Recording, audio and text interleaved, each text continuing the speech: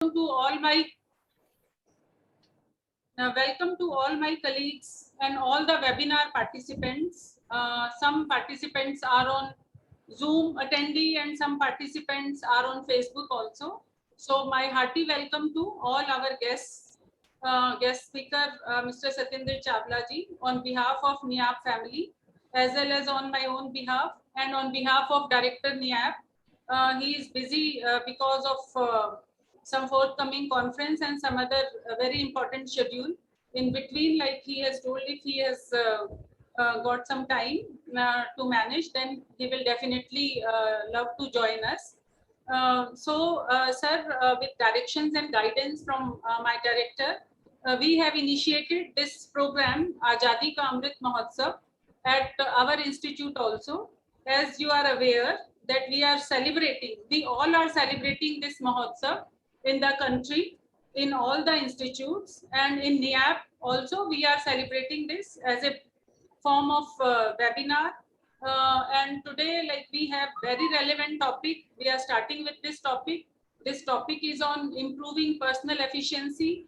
It affects all of us. If we have the efficiency, then we can do any kind of work in minimum possible time and minimum cost. So just to give a brief on this Mahotsav first, as we know, this is an initiative of Government of India to celebrate 75 years of progressive India and glorious history of the people of this country, their culture and their environment.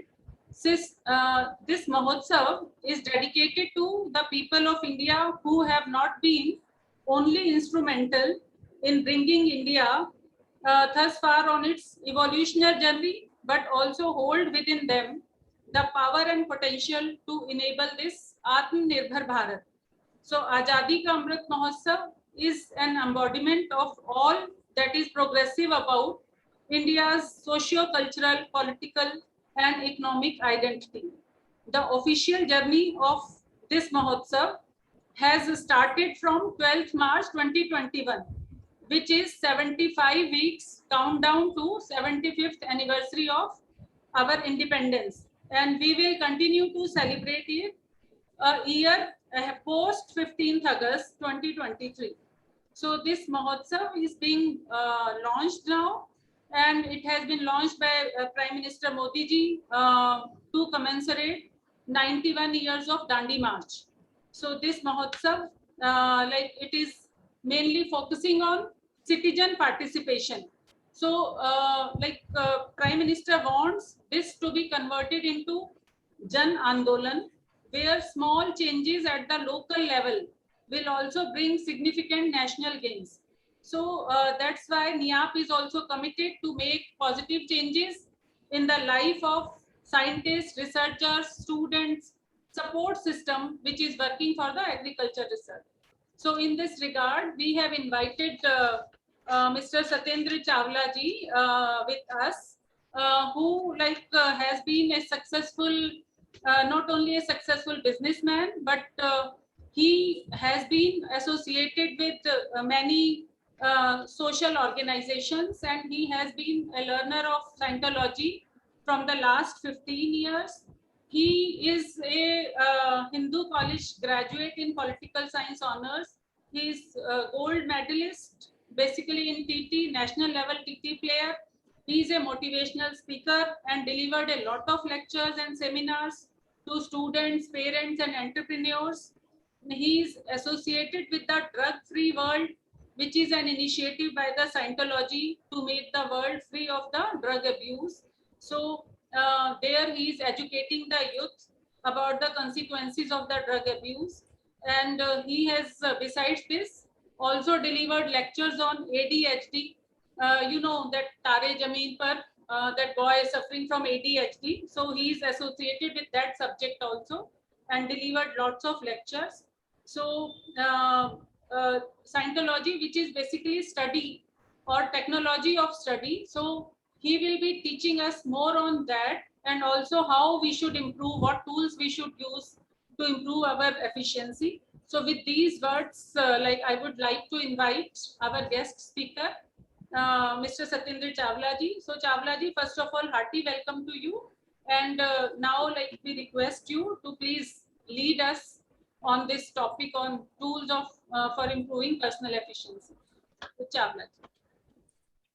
Thank you, Rajnishi. Thank you for the introduction. So first of all, I'd like to thank Director NIAP for conducting this, and your cooperation has been instrumental in bringing this event to life, basically. So I'm very happy that I'm part of something and I can do something for the nation for the 75th year of independence. You guys are all researchers. You're very well learned men of society, and without your contribution, India cannot move. So from what I've learned over the years in Scientology, I've seen that they have practical tools which our country definitely needs, all of us need to kind of move forward. So I would not take too much time on that, and rather go on to address the topic at hand, so that we can learn something about the research which Mr. L. Ron Hubbard, founder of Scientology, did. And let's look at what he researched and how can we apply it to improve productivity, so that we, on a personal level, our families can be benefited, and the nation can move forward. So Rajniji, I will just want to share the screen. I hope I have the rights here. Yes, I have them. All right. So can you see my screen? Yes, sir. Okay. Yes, we can see. Perfect. So let's begin on this one. So the talk is going to be about 1 to 1.5 hours. I want it to be as interactive as possible. Please feel free to kind of share if you have any questions. Towards the end, of course, we will have time for question and answers. When I talk very naturally and freely, and I may use certain words, maybe in Hindi also. I'll try to speak in English all the time. But if there is a word that I use and you do not understand that word, I would request you to kindly stop me, and then I would kind of explain that word to you to make sure that you're following the entire information that I'm sharing. Now, the information that I'm going to share with you, as I shared earlier, that is going to be based on the works of Mr. L. Ron Hubbard. He's very well known for his work on Scientology. But those of you who do not know him, he's been an exceptional human being. I just wonder how much he managed to do all this in one life. You can search more about him. But let's just look at, what did he research in the area of work? What did he found out about personal efficiency? And how can we use it to, immediately improve something in our lives? So now, in order to get the most of this session, here are a few pointers. So please keep your space distraction free. If there is something that you would like to handle, for example, your phone, or if you want to request someone not to disturb you while this is going on, you can do it now. We have a couple of minutes. You can do it now. Good communication is absolutely important. And I would love to address any questions or doubts you may have. Jaisa ki maine pehle bola, the way I shared with you earlier. So please feel free to ask if something is not clear during the session, or you may ask your questions at the end. No question for me is unimportant or too small to ask. Please be completely free about this. There are certain exercises that I would request you to do during this session. And please keep a pen and some blank pages or a notebook ready. I'll give you a couple of minutes now to handle anything that you may need, or if you want to get a hold of a pen or a paper, please do so now. I'll be quiet for a few seconds, and you can arrange your pen or paper if you need to do that. Or if you want to turn your phone off or put it on a vibration mode or whatever, you can handle that.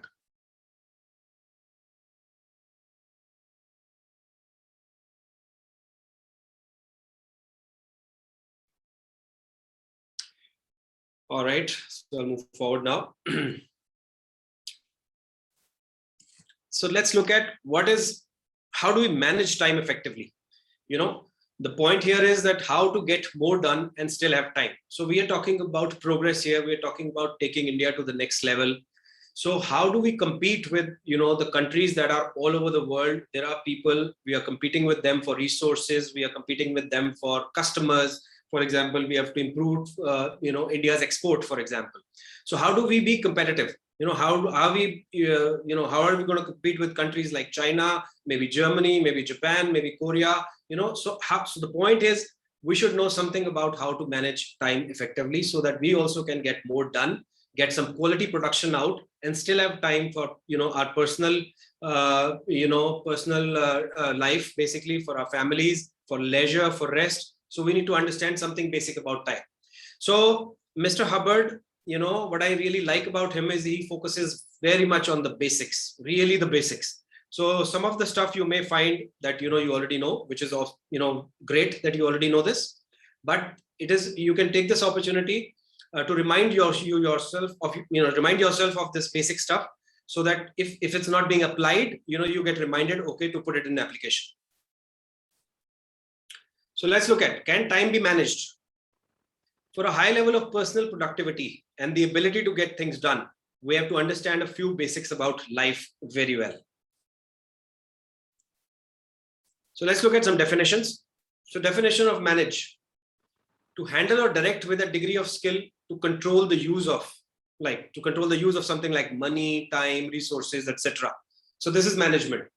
To handle something skillfully. If you are in a senior position, you are directing with a degree of skill, so that the teams under you, they understand your instructions, and something valuable comes out, as a result. So one could say that this is management. Let's look at the definition of the word control. Control means to start, change, and stop something at your own willingness. So I love this definition of control by Mr. L. Ron Hubbard. It's pretty simple. You start something, you change something, and you stop something. That's about it. That's about control. So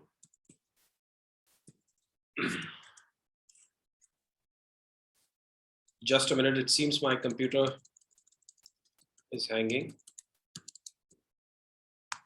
Yeah. So the conclusion is, when one starts, changes, or stops, basically controls his activities within the time he has decided for that activity to take, we can say he can manage his time well.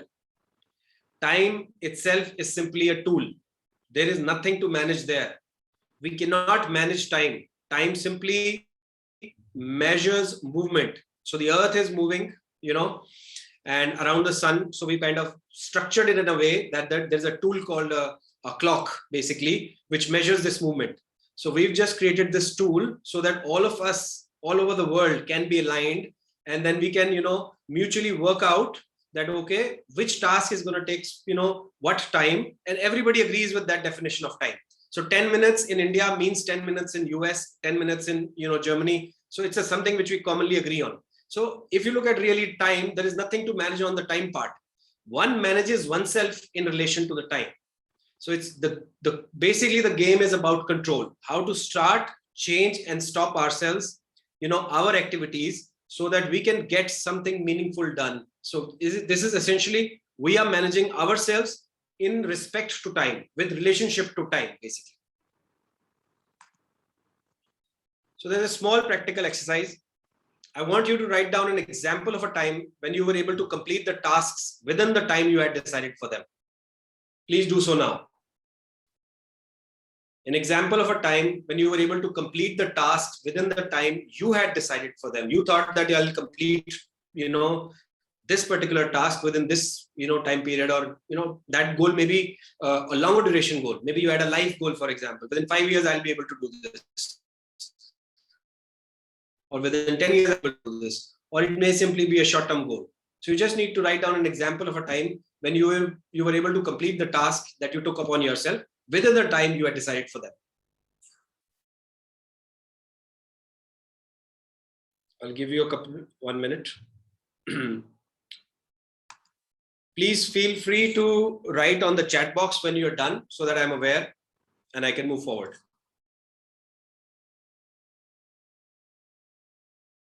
And my request would be to communicate freely, be a lot on the chat. If you want to unmute yourself, as I shared before, please feel free to do that.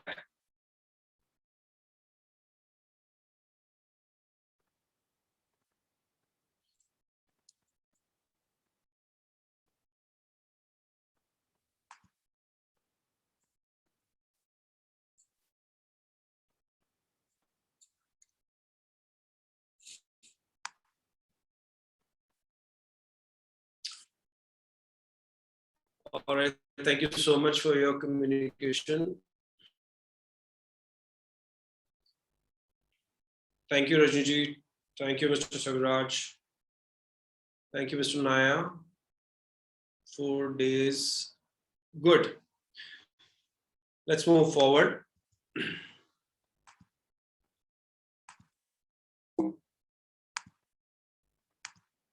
So now you have to write down an example when you were not able to complete whatever you thought within the decided time. Varunji, I can understand. Thank you, Dr. Sheetal, for writing. Thank you, Kemchandji. So write down an example jab aap nahi kar paaye, when you were not able to do whatever you thought that you will do within the decided time. It may be a long-term goal, it may be a short-term task. No problem. So you have to write this example for yourself and just put on the chat box once you're done. If you want to share that, that's fine too. But if you don't want to share that, just write. So Varunji says there are many long lists writing. Yeah, absolutely. I can understand. I totally relate with you. So Dr. Praveen says that he wants completing a book reading, right? So he wanted to read a book. Maybe he's not able to finish. Totally understood. Umaji, I understand. Mr. Sivaraj, yeah, to write a book, right? There are many such examples. Dipeshji, completing a research article, I can understand, right? Neetuji, I can understand your PhD, right? Okay, Latikaji,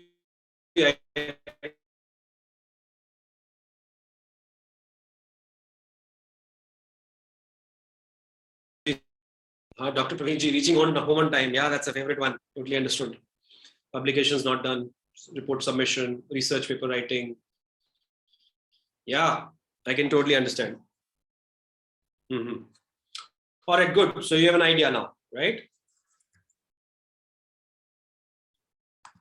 So now I want you to compare the first with the second and simply write down your observation. What do you observe about yourself? So there were times when you were able to complete the task jab aapne socha tha, within the time frame that you thought about it, you were able to complete it. And then there are times when you thought about completing the thing or the goal, but you were not able to complete it. Compare both and write down your observation. Thank you, Varunji.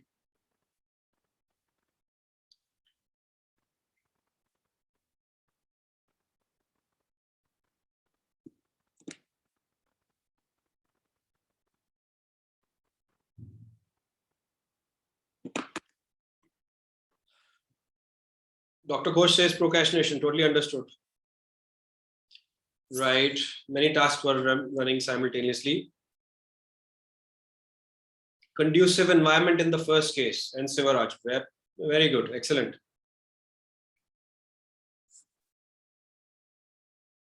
So I want you really to observe what is the difference between both.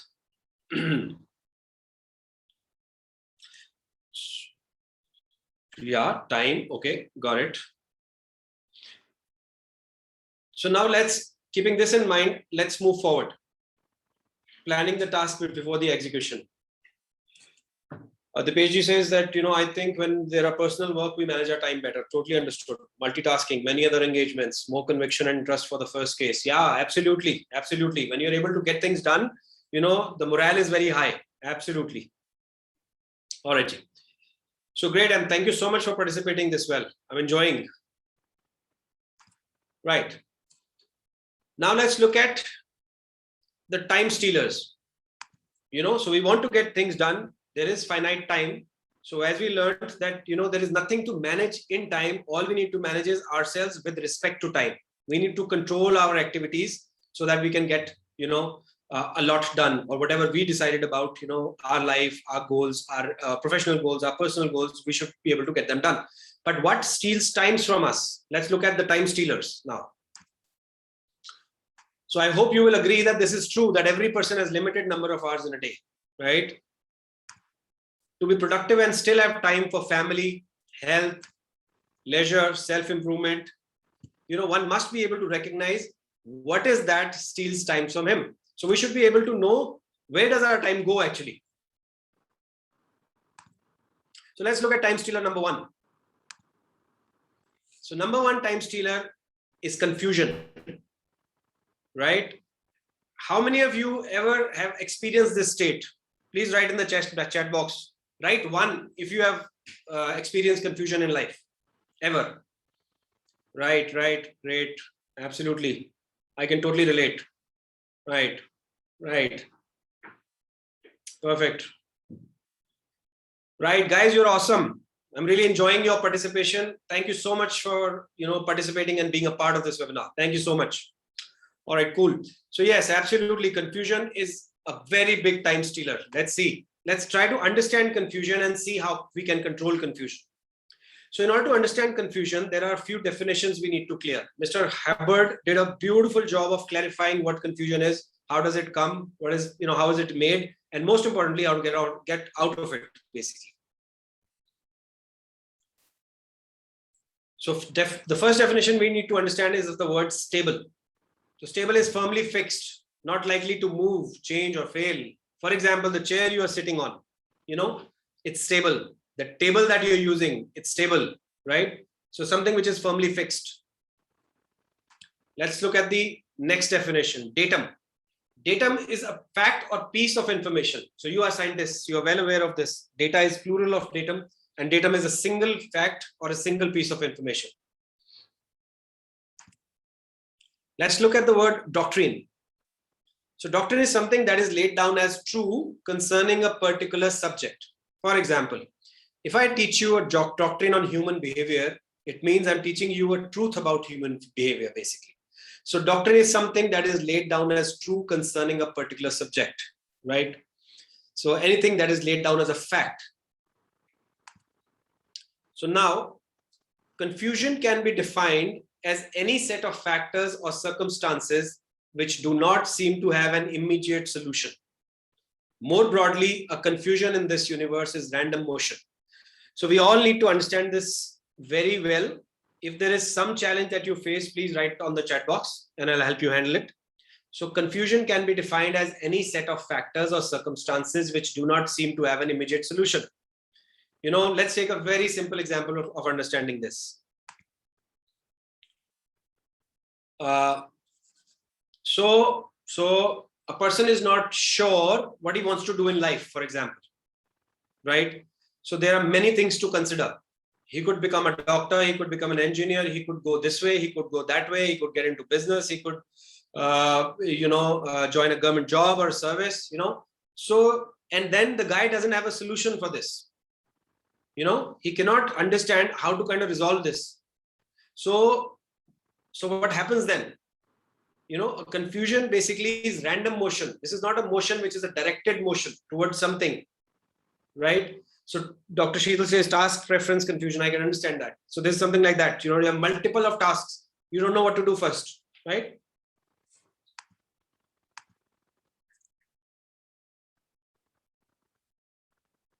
Okay. So this is a picture of random motion, doing many things, but not achieving a thing, not going home satisfied that you've done something of value. There is no concrete result that is produced. Let's compare that with clarity of purpose. So once a person is, not confused, there is clarity. So you have a directed motion. You're quite clear where you're going.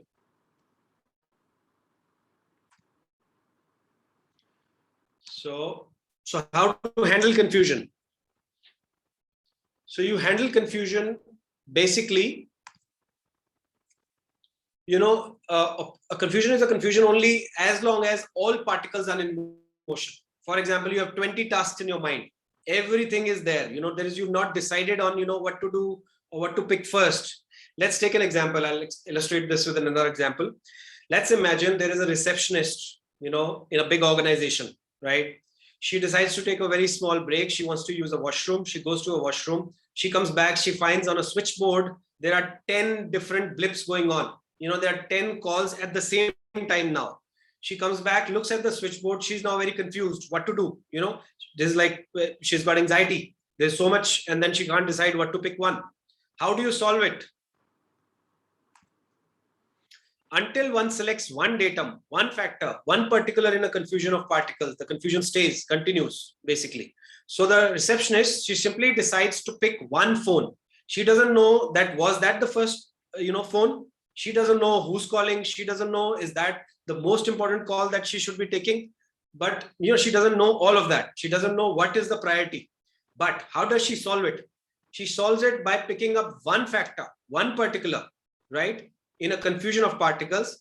And then the moment she picks up, now she has only 9 calls to left, basically. So she picks up the phone, she talks to the person. All right, sir, I'll direct your call to the person you want to speak to. So she does that. So that's like one call handled. Then she picks up another one. She still doesn't know which call she should pick up first or who called first. So she can't form a queue, So she picks up another one, random. And then she solves that and takes the next one and the next one and the next one. Tell me, what will happen if we start to pick up confusions in our life and, we start to pick up one by one and start solving them? What do you think? What will happen to your morale? How would you feel? Please write in the chat box.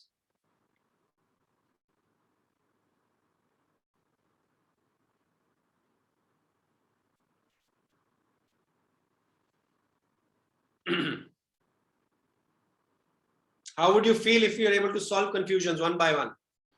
Right, Varunji, thank you. Better completing one task at a time. More comfortable. Absolutely. Good. Satisfaction of doing at least one thing. Absolutely, absolutely. Fantastic feeling it will be. Motivating. Deciding the first one is the real problem. Absolutely, I can understand Latika ji on this one. But remember, how did she choose? How did the switchboard operator, the receptionist, decide to do it? It is better to pick anything than not picking anything at all and, letting the confusion continue. I think you will agree with me. Getting confidence, something achieved, improved focus, absolutely. Motivation, innovation, sequential solving, encourage. Yeah, absolutely. Guidance to move forward. Absolutely. Thank you so much, guys. Brilliant. I'm really enjoying. I know I'm working with a very intelligent community. Thank you so much for your participation.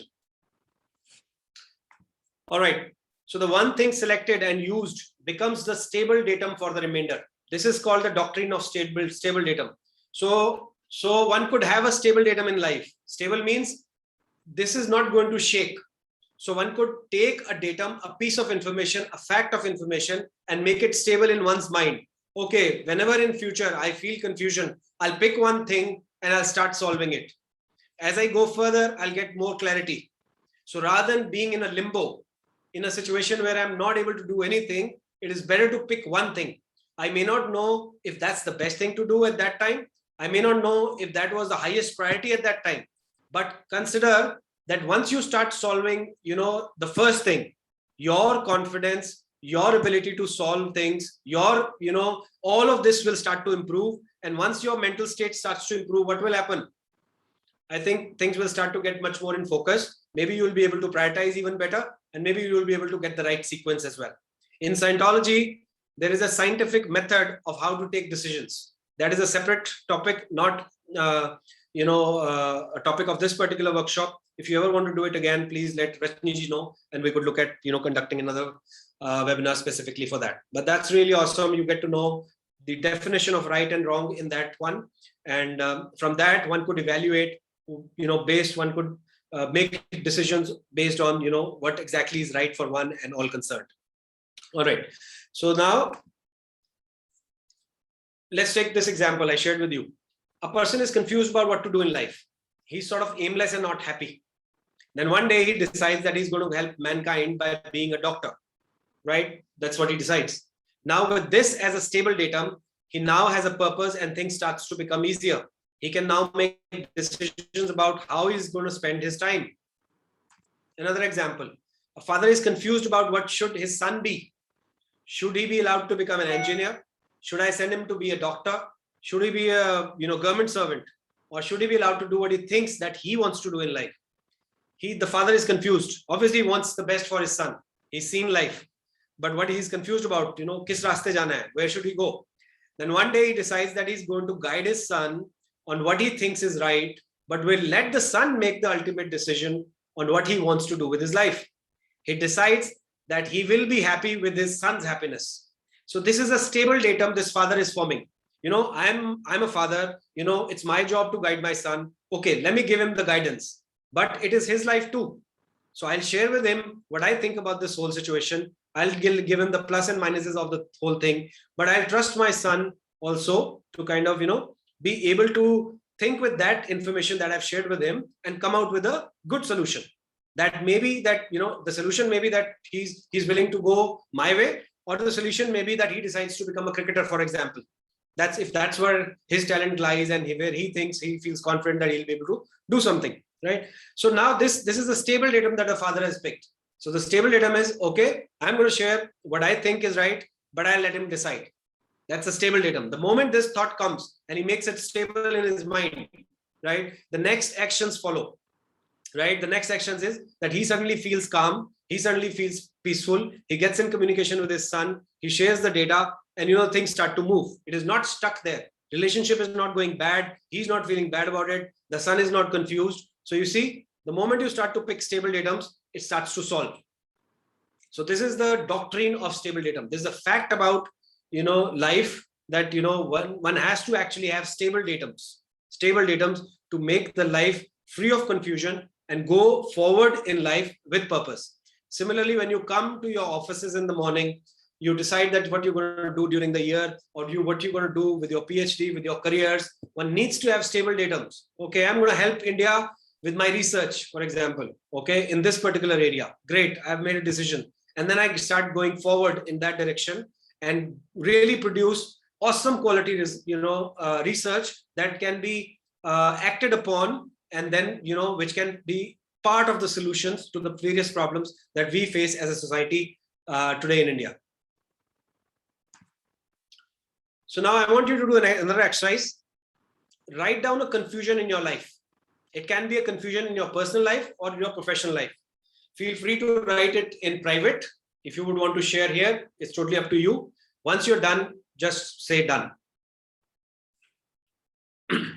So let's write down a confusion in your life that you're facing right now.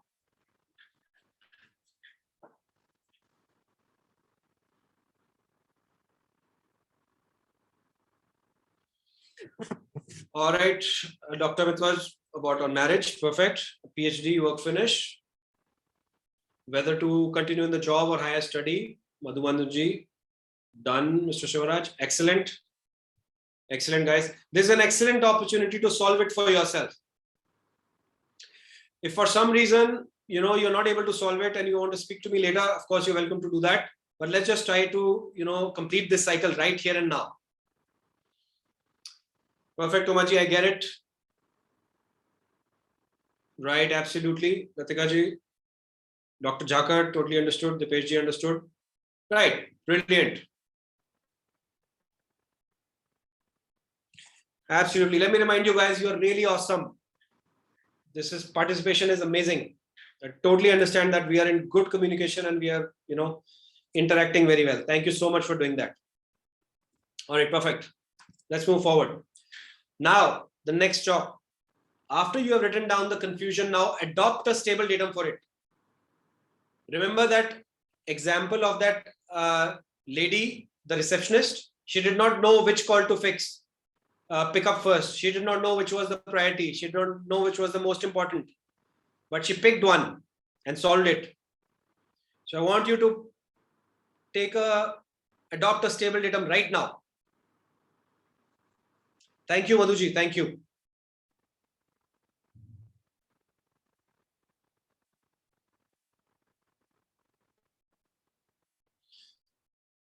Okay, good. Absolutely. This is a stable datum. Dipesh, is that what you're saying? That you're going to set priority among multiple tasks now, from now on? Is that what you're saying? Perfect. That's awesome. That's awesome. So every morning or before going to bed, you could just make a simple list and then you could prioritize, and this, you can make it that this absolutely I'll get it done tomorrow. This may be done tomorrow or whatever, howsoever it works for you. All right, which research area to choose, right? Dipeji, you do many times. Perfect, perfect. Just continue doing that. Done. All right. Got it. If there is something personal, we could discuss later if you want to. All right, perfect. Picking priorities, pros and cons list. Absolutely. More innovation. That's awesome. Sing Sab, that's awesome. Writing research papers. Cool. Absolutely brilliant. Very well. All right, so let's move forward. So now I want you to write, how do you feel about the confusion right now? For those of you who wrote it and those of you who could adopt a stable datum for it, how do you feel now? I can understand, Dr. Jakar, that will happen. That will happen. Maybe that could be a stable datum. All right, Dr. Sivakumar says solved. Absolutely brilliant. Dipesh, great. Bit relaxed, Neetuji. Okay, exploring new things, student interaction, positive manners, things up, right? Absolutely brilliant. Confident, Dr. Ghosh. Awesome, guys. You are producing beautiful results. Thank you so much. This is very heartwarming to see. Yes, Dipesh, this happens. This happens. You know, confusions can come back. For me, I'll share with you my stable datum. You know, my stable datum is that I am going to do the best that I can do in my life. Sure, there are going to be times that I'm not be doing the best possible. Sure, there'll be times. Sure, there'll be times that I'll fail. Sure, there'll be times that I would not be as confident, you know. But what I'm very sure about, my stable datum is that I am going to play the game for sure. I'm not going to be a spectator in the game of life. Maybe I'll fall, maybe I'll cry, maybe I'll, you know, get hurt. Yeah, done. Sure, that's part of the game. But what is sure is that I'm going to play the game. That's my stable datum. Sab kuch hoega, but main chalu rahunga. So everything, you know, things can happen in life. Things can't. There might be situations they do not go the way that I want them to go, but I'll continue. That's my stable datum. Arrived at a conclusion. Great. Perfect, perfect, perfect. Great. So now let's look at time stealer number 2. You're welcome, Dipesh. So now the time stealer number 2 is basically bad or no control. So this is a big efficiency killer. Let's look at what control is. So we need to clear a few definitions. Knowingness, a state of knowing about something. So my name is Satinder Chawla. I know this. So this is a state of knowingness. I am in Delhi right now, right? So I know this. You are a scientist. You know this. We are doing this webinar right now. You know this. So this is knowingness, a state of knowing about something, right? Let's look at the word anatomy. Anatomy is the structure of something, how the parts of something are organized. So let's look at this image here, body. You know, there is, you know, you have the heart on your upper left of the chest. You have your arms on either side. You have your legs, you've got 2 legs. So we know how the structure of something is there. We know our structure of body. So anatomy means the structure of something. So anatomy of a car would be, you know, there's an engine in the front, there's a steering there are seats in the car, there's a trunk at the back, you know, there is stepney at the back, there are tires at the bottom. So that's the anatomy of, you know, a car, how the parts of something are organized. So now we are looking at the anatomy of control. What exactly is control, right? So as shared earlier, control is simply 3 things, only 3 things. It's made of only 3 things. Start, change, and stop. There are no other factors in positive control. We're talking about positive here, and positive meaning certain and definite, right? When you want to get things done, let's look at the life of an executive, right? He runs people. There are staff under him. He's responsible for getting things done. If I'm a businessman, for example, I am accountable for results to my customers. I take money from my customers, and in exchange, I better deliver. If I take, you know, 100 rupees from my customer, I ideally would want my customer to feel that, you know, wow, it was amazing to work with him. You know, what I got back was not only something which was worth 100, it was worth much more. So that's the experience I want to give. If I want to give that experience, I better know how to start, change, or stop myself and my teams. Because obviously, I would not be able to reach out to my customer with the product that he wants till the time I'm able to control or manage all these things, right? Similarly, somebody has to write a research paper. One has to think with, okay, what is the end result of this research paper? How is it going to be used? You know, what are the benefits that could accrue if the quality of the research is fantastic, right? So from that viewpoint, one has to be able to start, change, and stop oneself, start, change, and stop one's own steam, basically, so that the end result can be achieved. So when we need to understand this, there are no other factors in positive control. It doesn't say any coercion. It doesn't say any force. It doesn't say, you know, any of that. It doesn't say any scolding, none of that. It is simply start, change, and stop. right? So you start something, you change something, you stop something. You start somebody, you change somebody, you stop somebody. Okay, you start someone, example. Okay, go to that place and get that thing. That's, you're starting. All right, the person has reached there. All right, thank you so much for having done that. Now you go to the next place and do that thing. That's changing. All right, the person has done that. Thank you so much for doing that. Now let's finish. That's the end of the day. Go back home. Let's see you tomorrow. That's stopping. So, you see, these are the only three factors: start, change, and stop. If you look at, handling beings, handling people, or handling machinery, it's only start, change, and stop. Start, change, and stop. Start, change, and stop. So what is control? If you can start something, change its position in space or progress in time, and then stop it, you are in good control of it. Example, I'm driving a car. I can start the car, I can change its position in space or progress in time, right? And then I can stop it. If I'm able to do that, if you ask me to drive you somewhere, I'm able to start the car, bring you to the place where you want to go safely, and then, halt the car there and let you get down. You would say that I know how to drive a car, or I'm in good control of my car. So similarly, let's take another example from real life, talking about food.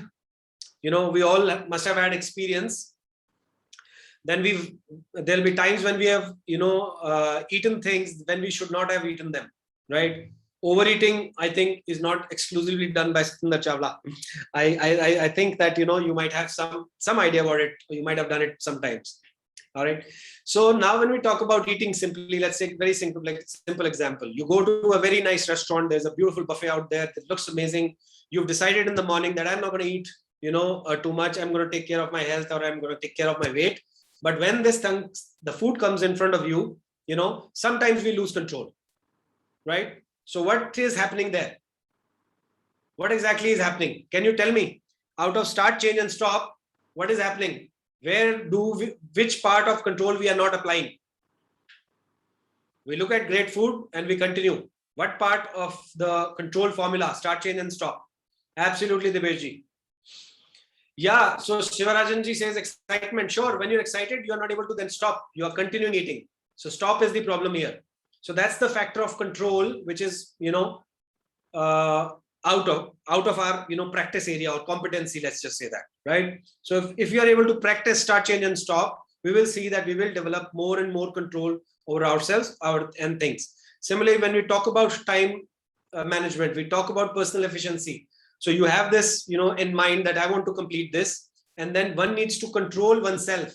One needs to start, change, stop oneself, or start, change, and stop others, so that things can get done. You could achieve what you really thought that you're going to be achieving by the end of the day, by the end of the year, by the end of your, any particular time period, whatever you've chosen.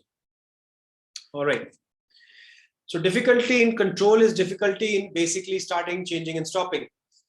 One wants to control his life. Let's take an example. So this guy has been thinking that, at one point in time, I want to be a writer. The guy is just not able to start. So time keeps passing by, but he's not able to start. Some people are already doing something. They think that they don't want to do this and they want to do something else, right? Then there is a but they cannot change. So that's a difficulty in change. And we've seen the example of stopping. So difficulty in control is basically difficulty in either of these three things. Scientology has done a beautiful job. In Scientology, you will find solutions discovered by Mr. L. Ron Hubbard, which help a person here. So if you need any more information on that, you could always get in touch. So more on control. Every day one has to control his activities, equipment, and people around him to get his job done. If one doesn't know how to start, change, and stop these components of his job, he will not be able to control them and will waste a lot of time. So one has to learn to be able to control his job, his subordinates, his equipment, etc. And believe it or not, sometimes your seniors also, right? So for example, let me give you an example from my personal life, right? So I'm taking it from my personal life. So my, of course, I have my parents, right? I have certain goals in my life. I want to achieve my goals. But do you think that it'll be important that I need to, in some, ways, be able to control my parents as well? Tell me what you think. Yes or no? Write in the chat box. Right? A few people have said yes. People have said no. All right. Totally understood. So, okay. So I have personal ideas about what I want to do in life. My parents have different ideas. So I want to start change and stop them in a manner that I do not disturb them. I really take care of what their concerns are, taking everything into account. I want to do what I want to do in life, but not at the cost or at the expense of my parents. So I want to control them. I want to start change and stop them. I want to change their mind. They think that I need to become a doctor, and then I say no, I want to become a businessman, for example, right? So I have to be in communication with them, understand what their concerns are, and handle the situation in a manner where they willingly are now they're willing to change themselves, not because I'm using some force or some threats, or I'm misusing their love or affection for myself. No, none of that. I want to control them, but with their willingness, with their understanding that what I'm doing is right and it's going to be good for them too. So one has to be able to learn to control his job, his subordinate, his equipment, and also your seniors. Do I make myself clear? People who've said no, can you understand now? All right. Got it. Thank you, guys. Thank you. Let's move forward. So I'm going to do a fun practical exercise. I'm going to ask you to do some things. All right. So I am giving you very quick instructions. So jahan bhi aap baithe hain, wherever you're sitting, just start doing that with whatever you have in your hand. So now quickly, I'd like you to hold up your pen or pencil. Aapke haath mein pen pencil hai, usko utha lijiye, aise kar lijiye. Please do that fast, quickly. Acha chhodiye, rehne dijiye, usko rehne dijiye. Don't do that. First, I want you to pick up your clipboards or your book or anything that is lying on your right or your left side. Anything, just pick that up quickly, fast. Acha chhodiye, usko bhi chhod dijiye. Leave that. I want you to stand up. Stand up now, please. Quickly. Quick. Hurry up. Stand up. अरे आपको मैंने बोला था pen उठाइए, खड़े होइए, खड़े क्यों नहीं हो रहे आप? All right, guys. Thank you so much if you complied by my instructions. I wanted to stress you out. I hope I was able to do that. And sorry for that. So I want you to tell me, how did you feel and how many tasks got completed? Please write in the chat box. Was it a pleasant experience? 3. That's fine. 3. All 3. Okay. So I was not so fast. Not many jobs done. Nothing. Yeah. All right. None. 1 task. Bad feeling. Absolutely. Yeah. 4. 2. Very good. 2 tasks. All right. Confusion. Yeah. Absolutely. Great. So, all right. So those of you who completed, that's totally fine too. So let's do the next exercise and you'll understand. So now I was exhibiting or showing you an example of bad control. Now I'm going to give you an example of good control, how to control in a nice manner. Positive control kisko kehte hain? Positive and predictable control. What is it basically? So again, I'll request you, I'd like you to hold up your pen or pencil. Once you're done that, please write in the chat box 1. Thank you. Thank you so much. Thank you. Brilliant. You guys are super fast. Thanks. Thank you so much. Now I want you to stand up. Once you stand up, please write 2. Thanks, guy. Brilliant. Thank you so much. Brilliant. Thank you so much. Have a seat now. Once you're done, please write 3. Brilliant. Thank you so much. Thank you. So now please pick up your notebook or the papers and keep them on your right. If you don't have a notebook or a paper, pick up anything and keep it on your right. Once you're done, please write 4. Smart guys, you already know before my saying that it's going to be a 4. Brilliant. All right. Thank you so much, guys. Thank you so much for your participation. Really love you. Thank you so much. So tell me, how did you feel now and how many tasks got completed? Everything got completed. Brilliant. 4 got completed. All 4. Relaxed. Feeling good. Perfect. All right. Brilliant. Relaxed and content. Absolutely. So all I did was just exhibited, give you an example of positive control, where I allowed you to finish cycle of actions. Cycle of action would be start, change, and stop. One complete cycle, finished, done, right? So bad control is also a big time stealer. So if I am giving a lot of instructions the way I did the first time, guess how much work will my team be able to get done? Do you think they'll be very productive? If you think they will not be productive, write 1. Yeah, absolutely. So it's important to allow oneself. It's important to allow others to finish cycles of actions. People are different. Everybody takes different time, right? So you have to look at or take that into consideration, right? So use positive control and use it to get things done in a manner which makes you happy and others happy. All right, Ji. All right, just give me a second. So now let's look at time stealer number 3. Okay, so just a quick feedback, guys. How are we all doing? If you're doing good, write 1. Good. Anybody not doing good, write 2. I'll help the person. Perfect. All right, great. So let's then move on to 1 and 2. So Praveerji, if there's something, is there something that you want to clarify? I want to ask, how is this webinar going for you right now? Is my pace okay for you? Is there something that I've left unclear for you? That's what my question was. Pace is okay. All right. What? All right. Praveenji, should I move forward? Dr. Praveen?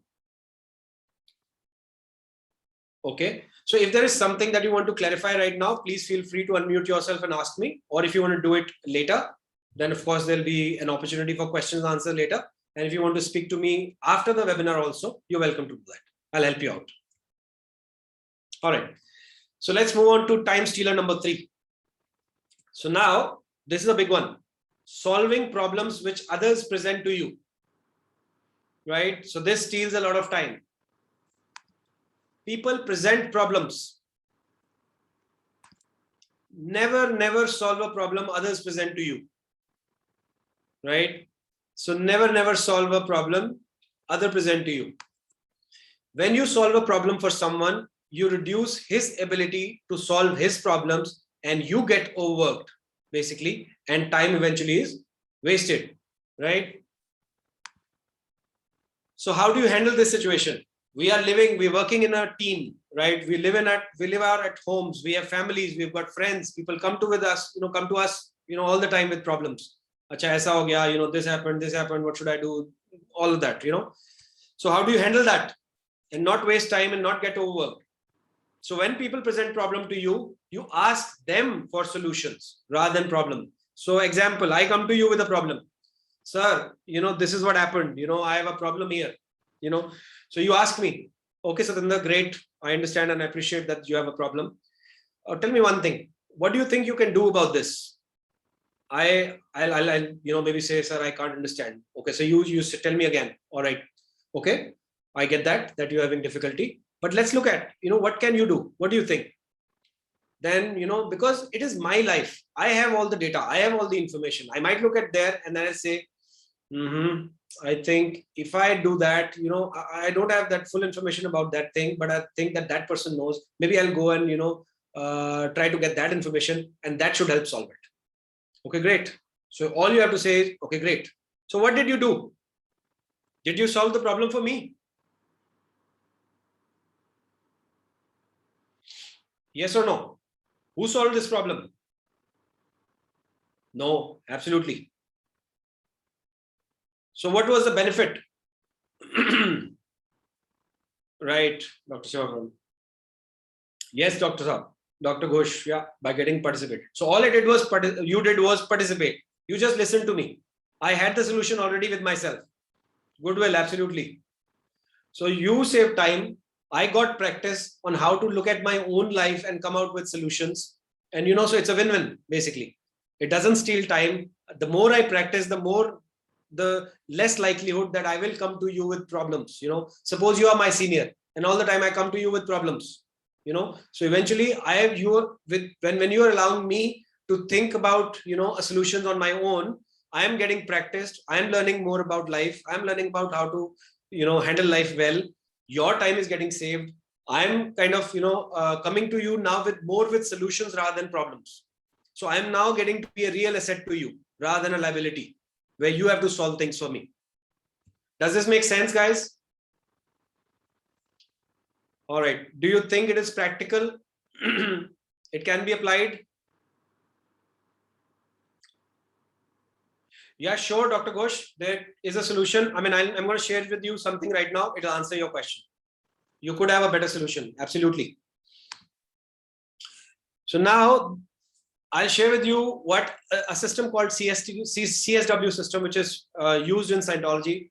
This is used in all Scientology organizations all over the world. It's extremely effective, extremely effective. Let's look at what Mr. Hubbard researched on this and what exactly is this. So I'm going to give you an example. So I'm going to give you an example from a general small business. I picked this example because everybody could easily relate to it. So suppose my staff comes to me, right? This is an example. So he writes to me. On the top left, it's written ED. ED stands for Executive Director. There's a date on top, right? He writes the situation. So he writes, I have a situation in my family which I need to handle. For that, I need a leave for 3 days starting from 25th September 2021. During my absence, I have the following 2 important tasks that need to be handled. First, delivery of 2 boxes of item X to Mr. Arora at his residence. He specifically told that it should be delivered before 7 p.m. on coming 26th September. Second task, collecting payment from Messrs. Krishna Stores for 1.5 lakh for the latest invoice number R123. He promised to clear this on the 25th. He needs to be called before visiting so he can keep it ready. Ramesh, the field boy, has been informed of both the tasks with full details given. He has agreed to do them instead of me, and he, as a proof of his agreement, he signed it below. Ramesh Kumar. My other routine tasks, I will take care over the phone. My phone will also be on and I will be available if any information is needed. At the bottom, it is written approved, not approved. What do you think? If somebody brings me, my staff brings me this kind of leave application, what do you think? What is the chance of this leave application getting approved? If you think it will get approved, yeah, just write that, approved, right? So what did he do? Did he put his problem on me? No, absolutely. Right. He did not put his problem on my shoulders. There was a situation in his family which he needed to handle. That's not my problem, right? I'm not being insensitive here. But please understand, everybody has problems, right? And we all need to be capable enough to be able to handle them. Sure, we will need help here and there. And people are willing to give help. But we are talking about people who are professional problem givers, right? It helps no one, basically. So this is a very high sense of professional sincerity. I totally agree with Dr. Ghosh on this one, right? So a person has given up the whole situation. The executive who needs to take a decision on whether to allow or not allow has full data in written. It's not something which is like given verbal. So he has it on paper. He can refer to it when he has time, and then he can come out with whether he's approved or not approved. At this time, if he has a better solution, sure, the executive has total,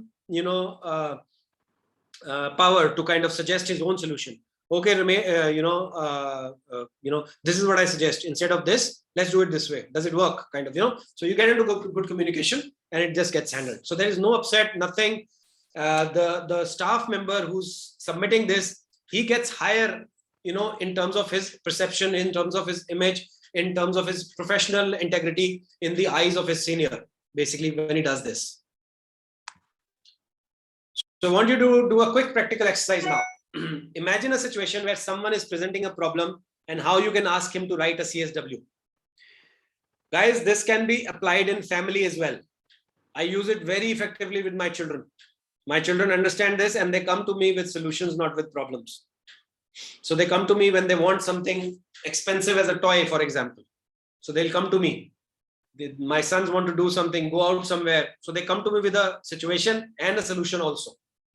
So I've used it very effectively in my business, in my personal life. It can be used anywhere. So feel free to think about it. I'll give you a couple of minutes. It's quite important. And I want you to get a win on this one. If there's any challenge you face, any questions, please feel free to ask. I'll be quiet for a minute now. Please go ahead.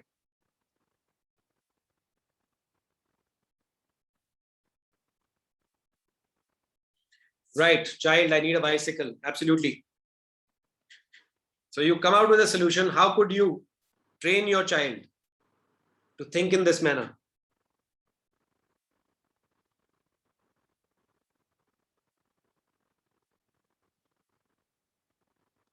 So when a child simply comes and tells you, I need a bicycle, he's simply giving you a problem.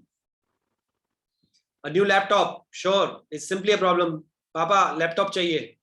Mom, I need a laptop. Right. Interesting things. My student asking me about where to find milk prices data.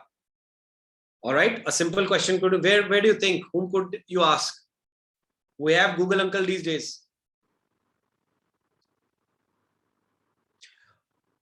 All right, so Keshavji, if you secure 90% exams, you will get it for sure. That's very good, but it is a solution from your side. Ideally, where should this solution be coming from? From the child or from you?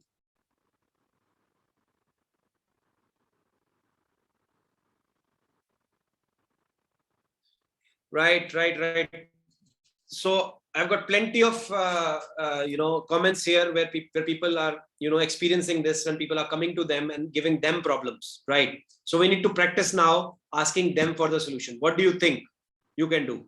So when he gives you a solution, he thinks from his own life. If you want to give him a viewpoint, sure, you can do that, right? But let him decide. Let him come out with something. Let him look at it, at least from that viewpoint. You don't want him to get into a habit. Basically, you don't want basically the person to be dependent on you, right? You want them to think for themselves. Yeah, so right, son, we will be back before dark. Absolutely, Nivedita. Yeah, so that could be a solution. So you have to see whether that works.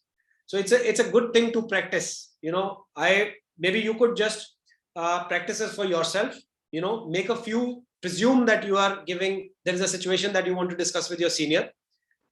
So you write a CSW, and then you change roles. Then you change roles in the sense you are the senior now, and then there is a junior who's presenting problems to you. Then you're asking him, okay, what do you think you can do? What do you think? Right? So you continue on that question. What do you think? Kya ho sakta hai iske andar? What do you think? So you might find if a person has never thought that way, he might have some challenge, some difficulty initially, but that's okay. You stay with your situation, with your question. Okay, I understand your problem. I totally get it.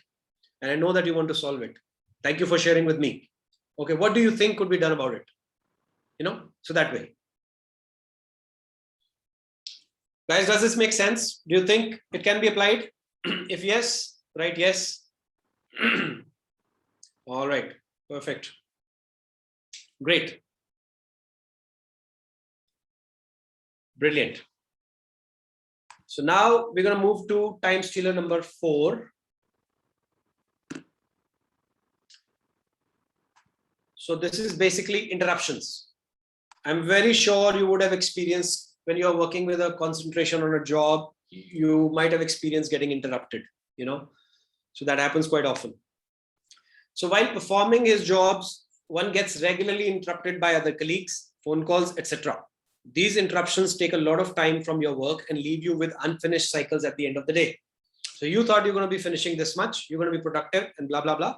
But, when you reach your office or, wherever the place where you want to work, and there are a lot of things coming your way, unplanned, a lot of interruptions coming, right?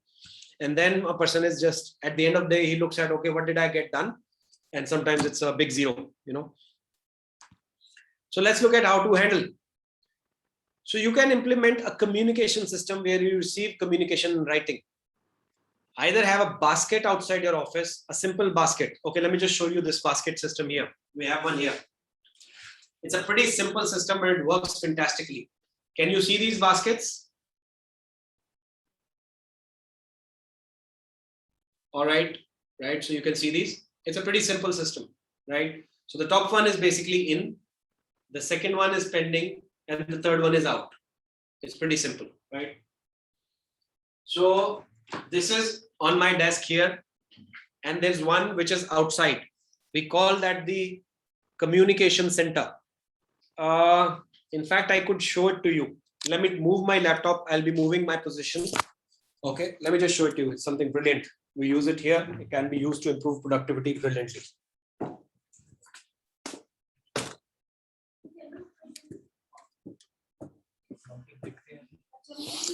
So, can you come here? Thank you. Guys, can you see this communication center? Please write yes if you can see it. Yeah. Right. So it has color-coded name charts, basically. Right. All right. I'll show you one more thing. This is called organizing board. So now I'm going to tell you what it is.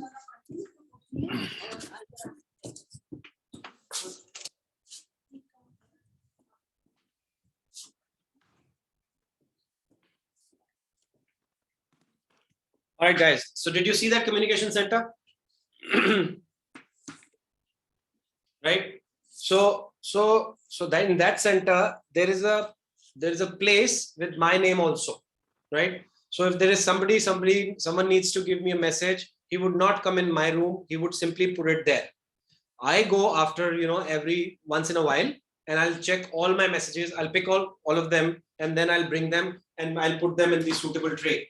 So I'll pick those messages from there. I'll put them in the in tray. So I know all this work that I have to do, and then I start working on them. And once I'm done with the paper, with the cycle, I'll just put it in the finished tray, the out tray. And when I go out next time to check my messages again, I simply take all the out trays and put them back to the in the box of the person, where it belongs. So in this way, we are not interrupting each other, and we get a lot of time to work concentratedly on what we want to get done.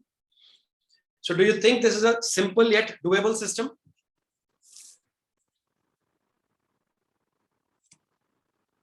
What do you think, guys?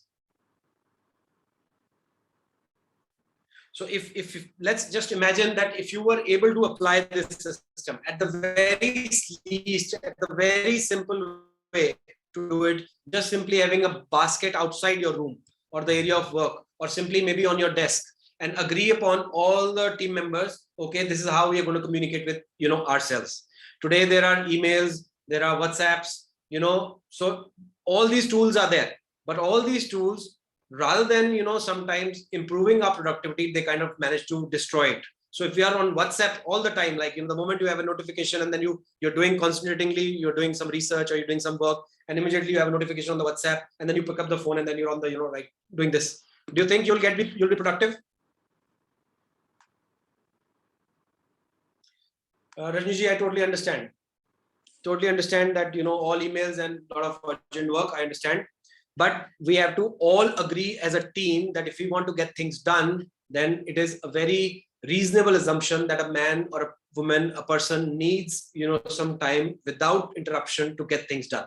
So one could have times during the day where one is actually keeping himself or herself free. Is time pe aage, at this particular time, anybody could approach me, that kind of thing could be worked out. But rest of times are kind of time slots which you have dedicated to your working, and during those times somebody could simply leave a message or text message rather than calling every time or presenting oneself physically there, unless and until the situation is so that it requires a one-to-one interaction.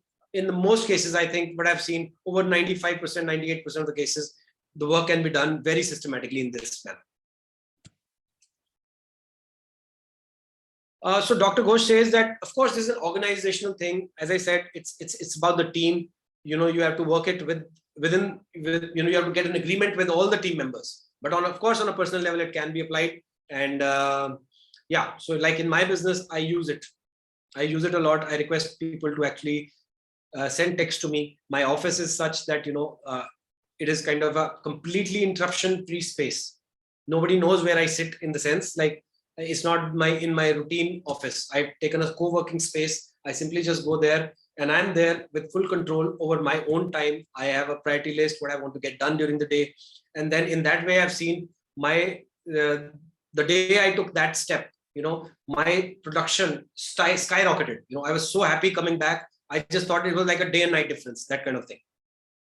So you have to agree amongst yourselves within the organization and figure out a way how you could create time without interruption, basically.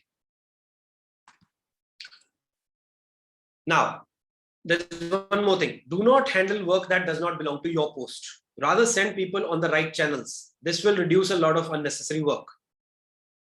Sometimes you would have agreed. You have an organization chart similar to what I showed you, right? So on the organization chart, ideally, it should be written, it's whose job it is to do that particular task and how the tasks will flow. That a good organization chart should have all of that. So now when there is clarity for everyone that, kiska kya kaam hai, who's supposed to do what, basically. And if it happens that, a person goes to the wrong person to get that thing, he must be directed to the right person. All right, guy, please, he's the right person to help you, he'll help you. So rather than leaving your work and doing that, that could steal, your time. You are accountable for your results. I'm not saying don't help people, none of that. Of course, there are times when you're helping people. By all means, you should do that. But on a routine basis, what you need to do is basically direct people on the right channels so that the specialized person for that particular job can get the job done. Now, eliminating distractions. Start paying attention to the number of times someone interrupts you when you are in the midst of an important task. Also track self-induced interruptions. And track both. If there is a specific person who's interrupting you, a lot of times, you could simply, request the person to ask, okay, and you could also make a note of what kind of request does he normally come to you. Is there something specifically that he is not clear about and he's continuously coming to you about the same thing? If you could note that, being a senior, you could train your junior on that part so that, he's also happy that he now knows it and he doesn't need to come to you. And similarly, you'll also save time, right? And then the second thing is that you need to track self-induced interruptions also, particularly those of the social media variety. Your smartphone is an extremely useful tool, but it is also addictive and amongst the most insidious time wasters known to mankind. The word insidious means seemingly harmless, but actually very harmful. So, haath mein phone pakda hua hai, we have this phone in our hand. We don't even know how much time goes. Most phones would have an app which tell you how much time you're spending on the phone. Sometimes you'll be surprised if you kind of look at it and then you'll be amazed, okay, how much time did I spend on that gadget, basically. You could also look at, most apps will also, tell you, these kind of apps, that which particular app you spend most time on, so then one can control and one can know, okay, this is where my time is going and one can control himself better. So it may take a massive exercise in willpower, but shut the door and turn off your phone to maximize your productivity. If you are in such a position, if you are an executive, you need time to think, you need time to basically look ahead, how to steer the organization or whatever, right? But, there might be times, there might be a good idea the way you shut the door and turn off your phone to maximize your productivity. Dr. Ghosh, you asked me to repeat the word. Okay, the word I was explaining was insidious. In the first paragraph, on the last line, the first word, insidious. So insidious means something which seems harmless, but is actually very harmful. So the mobile phones or the social media may seem very harmless. You could say, I just spend a few minutes, that way. But it is actually really very harmful when you look at how much time goes there. All right. So instead of being always on, like a situation ke kabhi bhi koi bhi mere saath aa sakta hai, anybody can ask me anything, anytime of the day. Plan a break in the day to catch up on email, call people back, talk with staff, etc. An executive, somebody in senior position could kind of, improve productivity by planning a time and knowing and letting other people, the juniors basically, know already that, okay, this is the time I've kept. Please feel free to reach me during those times. Rest of the times I need to kind of, finish the work that I have. in concentration, with concentration. So during this break, you could call, you could answer your missed calls, you could catch up on your email or WhatsApp. So, this is one way you could handle this situation, the interruptions. Handling mobile phones. Now, do not pick phones while you are attending to your task. If you have an assistant, give it to him so that he can take messages and then you can call back. If you do not have an assistant, then put your phone on voicemail or any such method. So we have this missed call method or missed call alert, we get to know that who called. So this will allow you to work freely without any distractions. Later, you can look at these calls and revert back. So the solutions on that, this time stealer, basically the interruption, the ones I shared with you, do you think some of them can be applied? What do you think? All right. Okay. I just want to know that, is it like relevant to you, what I'm talking? All right. All right. Thank you, guys. Thank you so much. Absolutely. Perfect. I just want to make sure that, I'm giving something to you of value. All right. Let's move on to time stealer number 5. Guys, it's 12:46 now. We have until 1:30. I'll try to finish faster. I think I'll be able to finish faster, and then we'll have some times during the end to chat. Or if there are no more questions, we can finish early also. All right. So time stealer number 5, it's lack of or no duplication. Lack of duplication. Lack of meaning kisi cheez ka na hona. Absence of something. So I have lack of food, for example. That means I don't have food, right? So lack of or no duplication. Lack of duplication. Duplication means here, suppose I'm talking to you right now, okay? And then you respond back. So we are duplicating each other. So what I have in mind, I'm using the words in a manner that you are able to duplicate them. How do I know that you are duplicating me? I request you to write on the chat box from time to time. From there, I get a communication back. Okay, you are duplicating what I'm saying. All right. So in this way, this seminar, this lecture is going forward. So this is a very big time stealer. Lack of or no duplication. Let's look at what communication is. Duplication is basically part of communication. So here we have two, let's look at, these are two people, A and B.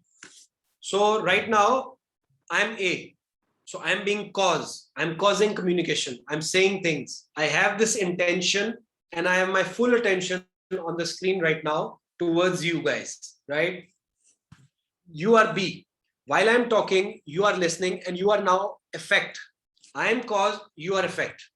When I ask you a question, you revert back and I'm looking at your communication, then I become effect and you become cause. While you're writing, yes, yes, no, or your viewpoints, whatever you thought about it, whatever you're thinking about it, that's you being cause now. This is your change of roles. So cause, effect, cause, effect. So A becomes B, B becomes A becomes B, right? Yes, Dr. Ghosh, it is basically feedback here. So I am cause right now. I'm causing this communication. I have an intention that, jo main aapse bol raha hu, whatever I'm sharing with you, my intention is that you are able to use it and improve your life in some way. That's my intention. I'm paying attention and you are also giving me your attention, right? In this way. And then when you revert to my questions, like you wrote this question right now, right? This is a feedback that I'm getting, right? So you are effect when you are listening to me. And then when you are giving me feedback, you are cause. And then I'm becoming effect. In order for the communication to flow well, both terminals, by terminals, I mean both people. Let's take example, like both people have to be able to have this ability to become cause and effect easily. So here, this becomes cause, he says something. This person now gets it and acknowledges it, right? He becomes, now he's become effect before, then role changes, he acknowledges, I got it. So that means that this person is now becoming the cause and this becomes the person, he understands this whole thing and he becomes effect. So cause and effect. So the ability to be cause and effect, this is beautifully explained by Mr. Hubbard in detail, and there are beautiful, absolutely awesome drills that we can all do. There is a full communication formula. We do not have the time to go through the entire communication formula, but once this communication formula is understood and then drilled, when I say drilled, each part of the communication formula can be practiced till the time a person has a subjective win, on it, on each part. So person feels then really confident that he can apply the full formula and he can be in excellent, brilliant communication with anyone on any subject. All right. So guys, tell me, if you were able to, to be able to communicate freely with anybody on any subject, koi bhi baat aap keh sake, anything you want to say, you can say, and anything that people want to say to you, they feel completely free to express themselves to you. How would you feel? How would life be?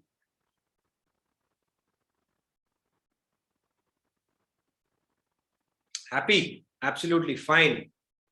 Right? How would your relationships will be?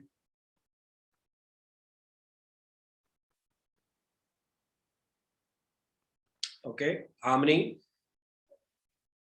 Dr. Shiva Kumar, we can take that separately. Relaxed and satisfied, trustworthy, absolutely. Yes.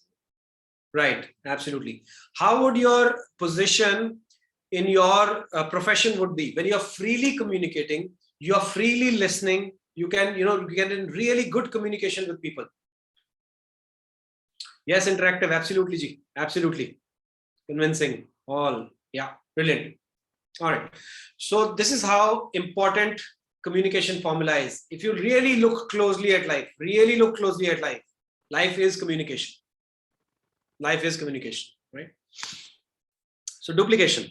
So we are looking at a time stealer. How not being, duplicating things, how does it waste time? So lack of duplication results in either work not done or wrongly done.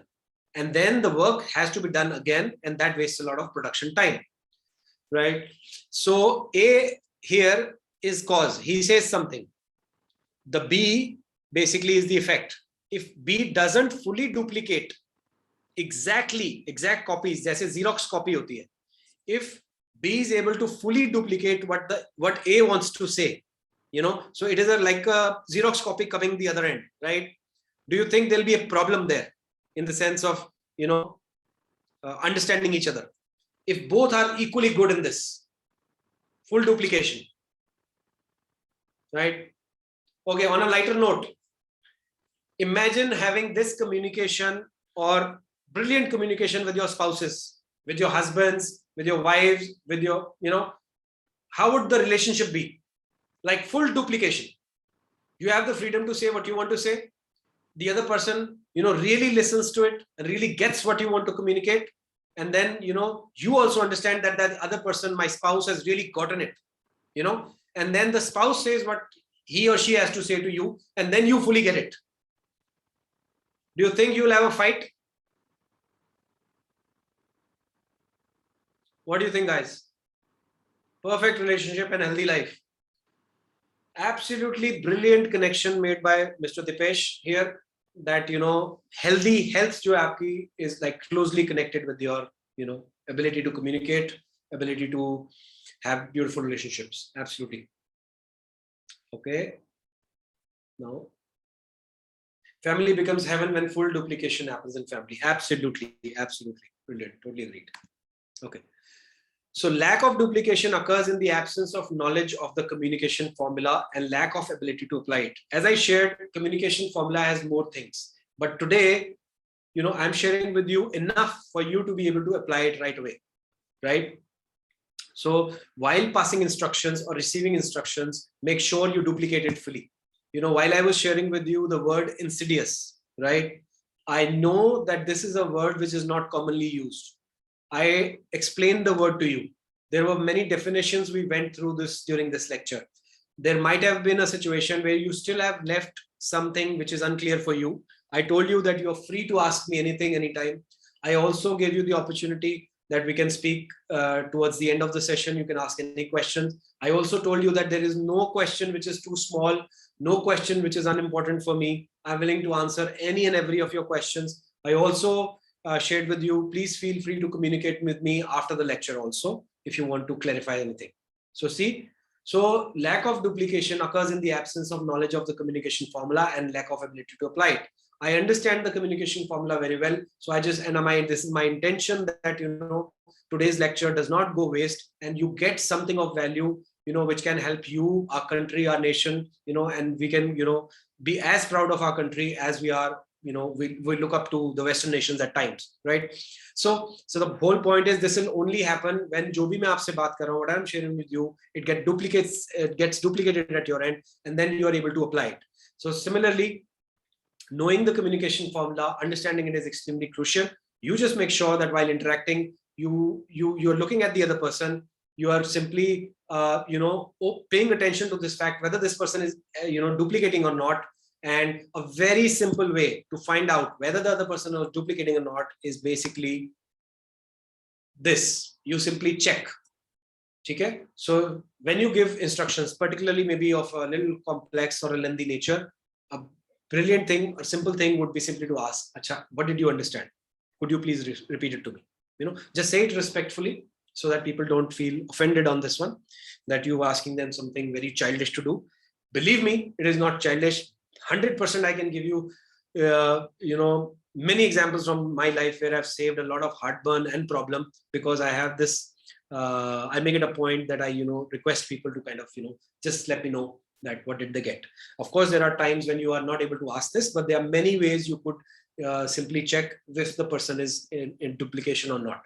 I'm asking you all the time, okay, how you're feeling, please write 1, please write 2, please write yes. This is the only way I'll get to know whether I'm coming across or do I need to change myself. Being in communication, being cause, I'm taking responsibility for this, for your duplication, right? So I'm making sure that, I'm going to do everything in my power so that you get me what I want to convey. So you could apply this in your life, and then let's see the results. So guys, so that was time stealer number 5. How was it? 1 if it was good, 2 if it was bad. 1, all right, great. Thank you guys, you are already brilliant communicators. Thank you so much for helping me out on this one, on getting to know what you're going through. I cannot dream it at all. Thank you so much, brilliant. All right, so we're moving towards the last one and we are on time. This is time stealer number 6. So this is lack of planning and a to-do list. I'm very sure you would be doing this in life, but as I shared with you in the beginning, there is no harm in going back to the basics and just get reminded of them. So first is, of course, a very simple to-do list. A to-do list is a written list of actions that you intend to do, whether now or in future. When you complete an action, you cut it off from your to-do list. If you get a bright idea that you cannot execute in present time, you write it down in your future to-do list as a project. The fact is, you can look at actions that are written, but you can forget what is in your mind. So this can save a ton of time if you have a master list. What I do, I have a list called a master list. So in this master list, I put everything. I'm not worried that I have written it in 10 different places. I know this is the only place I write everything. And from there, I pick up tasks which I want to do. So I would plan my day from here, my year from here, my 6 months from here, or so I just try to use that much as possible. Am I perfect? No. Do I miss out on things? 100% yes. But I use them to a very large extent, and to the extent I'm able to use them, my life changes. Okay. So when one receives a task, koi bhi kaam milta hai, then the right thing is to write it on a to-do list and not start that action and leave the action at hand. So a lot of times what will happen is that you're doing in the middle of something and then something comes up. A great thing would be simply you having a paper on your side or your to-do list on the side, and you just jotting that down. Okay, this is what I need to do. And then you finish what you have at your hand. If you combine it with the communication center system, the tray that I showed you, or the communication center I showed you, right? You would not have so many interruptions and you'll be able to get things done.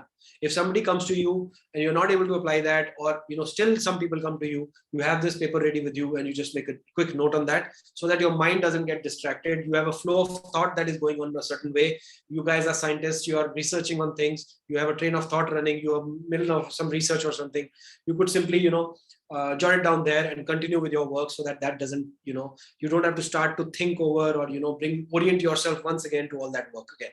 So this would be the right way to handle this. Of course, if it's an emergency or some super urgency, you would handle it there and then. But frankly, that happens very rarely. Now, the next thing in planning is basically taking the actions from the to-do list and transferring them to the planner. that the key to effective time management is prediction, right? One should be able to predict how his day or week looks like so that he does not put 2 appointments at the same time or does not forget what commitment he has done. How many times it has happened that आपने एक ही काम के लिए मतलब एक ही time पे 2 काम आपने प्लान कर लिए? How many times it has happened? You've planned the same task for the same time. You know, your boss said something, you agreed to it. Your wife said that we're going to go shopping that day, you agreed to it. Has that happened ever or never? Many times, right? Right. That makes life interesting at times, right? So the key to effective time management is prediction. So you're able to when you're effectively managing your time, you should be able to predict. For example, your wife calls, I want to watch a movie. Okay, when, dear? Thursday evening, is it possible? So if one has used the planning, the time to-do list and the planner effectively, one would simply open his diary or a planner, and look at the schedule there, and then, simply can tell whether yes or no. There are brilliant planners available in practically every mobile phone that we have today. So these applications, if you get to use them, they work as your personal secretary. They remind you, you can put reminders, you can put repeat reminders, you can put, a reminder of a specific day for anniversaries, there are birthdays, all those things, all those social commitments. So you can put those there with reminders, with repeated reminders also. So you can use technology in a manner that saves you from a lot of repetitive tasks and yet frees your mind so that you're not worried, you're not into a worry all the time, whether you're forgetting that or ye bhul gaya or ye reh gaya, and then you miss that or miss that. So this also can cause some social strain, some problem within the work area, some problem with with your juniors, with your seniors, and I'm sure that you have had enough examples of that. So the trick here is to have a master list where everything is written. Maybe you could have 2 master lists, for example. It could be your professional or your personal, or you could have 6. You could have a master list for your health, master list for your family, master list for your job, master list for your dreams. It depends totally on you, how you plan yourself, basically. But you have a master list where you put those things. Make sure this is a finite number. Don't make it like too big. Just make it as simple as possible. Make sure it is handy. So this is where your smartphone can come in very can be very useful for you. So you have it all the time with you. You just make one, maybe it could be on an online drive or within your phone. So you just have a master list, and from there you can just simply transfer the stuff to your calendar, and that's how it goes. So gaining expertise or mastery by practicing it over and over, you would see that you will be able to save a considerable amount of time and you'll be able to get a lot done. So this is just an example of a planner. This is a Google Calendar here. So I use this one. So there are multiple things I can, on the extreme right, there is if you can read it, I don't know how big your screen is, but extreme right, there is a thing called My Tasks. So I can put all my tasks here, and I can simply from here, automatically I can schedule a time. And the moment I schedule a time to do that activity, it goes into my calendar on the left.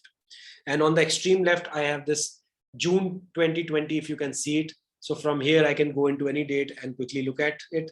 I can also have multiple calendars on the left, like my calendars, Satinder Chawla, birthdays, a different kind of calendars I can have here. So I can simply go into that calendar and see how I'm scheduled for that particular time. Google Keep, yeah, absolutely. Dr. Ghosh, absolutely. Now, another way to handle or create more time for yourself is to delegate more often. So those of you who are running people, who have juniors under you, you should definitely try to delegate more often. And for those of you who do not yet have, your juniors right now, it would be a fantastic opportunity to get more delegation. Not to avoid, getting delegated, but to actually invite delegation. Why? Now, I'm talking to executives, I'm talking to senior guys right now. If you've done a good job of hiring talented, dedicated employees, there's always more work they can take off your desk. Running a successful organization or a part of an organization depends upon the executive's ability to think about what lies ahead. So, and not get mired in day-to-day operations, right? If I'm driving a bus, where would you want my attention? Do you want my attention to be on the passengers? Do you want my attention to be, is the conductor giving them tickets or not? Do you want my attention to be looking at, are they sitting properly or not? Where do you want my attention? Or do you want my attention should be on the road ahead? Driving, absolutely. On the road. Right. So similarly, if you have your seniors, where do you want your seniors' attention to be? Do you want them to get into accidents? Do you want them to take bad decisions? Do you not want them to think about future, how to grow this organization, or how to more effectively produce the product of the organization so that everybody else in the society thinks about that organization in a very good manner? The research coming in from this area is fantastic. The government looks at, the research coming from this particular department is like, wow, each time we applied that research, it has solved the situation, right? So if that is the case, you would want your senior team to actually do the job of, what they are supposed to do and not worry about the juniors doing their job or not. Does it make sense, guys? If it makes sense, please write 1. If it does not, please write 2.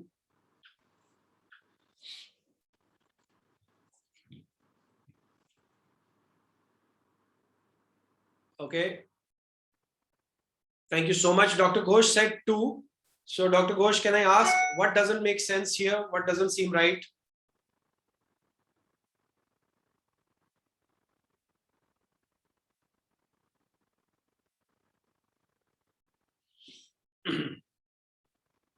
So since we are about to finish now and we have time. Okay. So Dr. Ghosh said that he needs clarification, could not understand. All right, perfect. Thank you so much for communicating this to me. So what I'm saying is that when we are talking about delegation here. Okay. So it says running a successful organization or a part of an organization, if you want your seniors, or if you are a senior, you want to run an organization successfully, right? So how would you make it go right? Basically, how would you make it possible? It would depend on your seniors' ability to think about what lies ahead, right? And not get, into day-to-day operation on the small things. So if I'm running a business, I need to actually look ahead. Okay, what is the competition? What are the future technologies? What do my customers want? Is there a change in demand pattern? Are my customers happy or not? Are they looking for something different? Am I giving them something what they really want and need or not? So if I put my attention over here, I can source the right products accordingly. Once I source the right products, I can give them to my team to actually go out and sell them. Once they sell them, they get money. Once they get paid, from that payment, all the other staff in the organization get their part of the money. So this is how entire thing goes. Second situation, my full attention is on my team. My team keeps on fighting. They are not well trained. I have not done a good job of hiring the right kind of people. They are bringing problems to me all the time. Guess what? What is going to happen to my health? Am I going to be in great shape? Yes or no? No, absolutely not. So will my attention be on the future or solving the present problems? I'll be stuck in present problems, totally stuck. I cannot see what the competition is doing.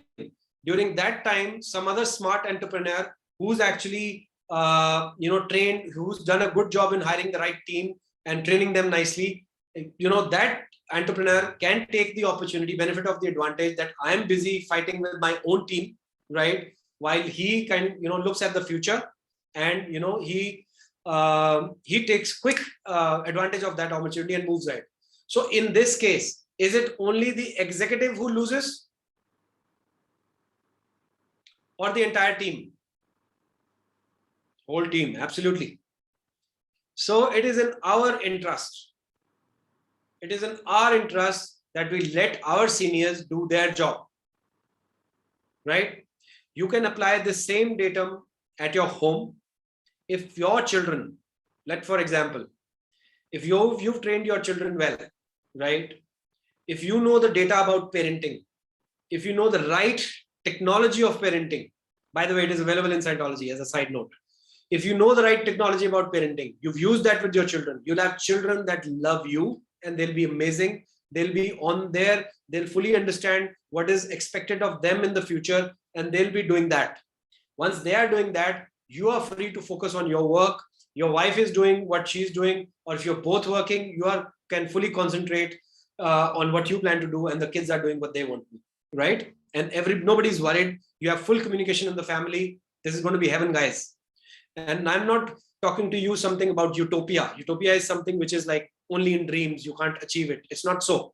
I'm telling you something that is practical. I've used these tools for the past 15 years, and I've seen brilliant changes in many families, completely turning around. So the data by Mr. Alon Hubbard is absolutely fantastic. And today was an opportunity to actually get some idea of his research. And you could, of course, go much more into detail.